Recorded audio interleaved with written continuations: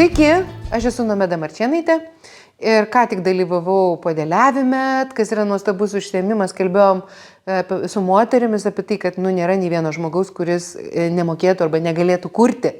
Tai čia yra nuostabiausias dalykas ir įtikinti nieko nereikia, įtikinimas yra nuostabus podėlis, kurį moteris išsineša. Ir matai, kokios jos kūrybingos, kokios jos autentiškos, kokios jos skirtingos, nevienodos.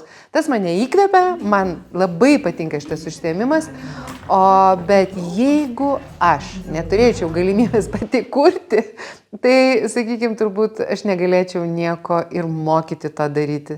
Tai aš atsigaunu, aš sugrįžtu į save, tai yra mano matrica vėl sustoja į savo vietas, kai aš lipdau, kai aš kuriu, kai aš paišau.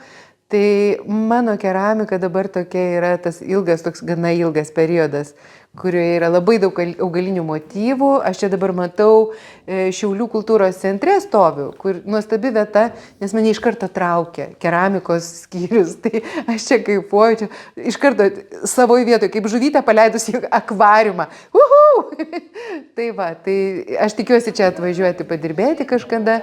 Tai matau, kad irgi augalinių motyvų yra daug, jie yra nuostabus. Žodžiu, keramika yra tiek įvairi ir tiek visokia, kad neįmanoma kalbėti apie tai, kad yra kažkoks vienas teisingas būdas ją suvokti, matyti, kurti.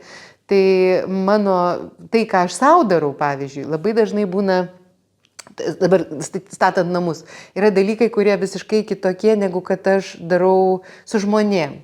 Tai ten yra daug tokių detalių, kurios galbūt gąsdintų žmonės, nežinau, kas man labai patinka. Sakykime, akis duše ant sienos arba jūros gyviai duše ant sienos arba kokios medūzos ant grindų, kas man yra žavinga.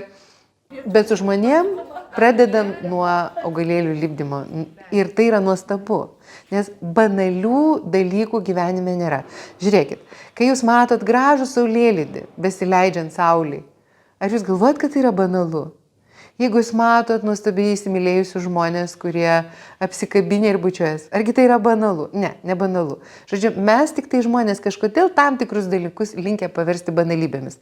Tai nei augaliniai motyvai nėra banalu, nei kažkokie tai gražios spalvos, nei dar kažkas. Tiesiog čia mūsų žvilgsnis toks. Tai truputėlį apie tai, ką aš daugiau mažiau darau, tokias dvi aš.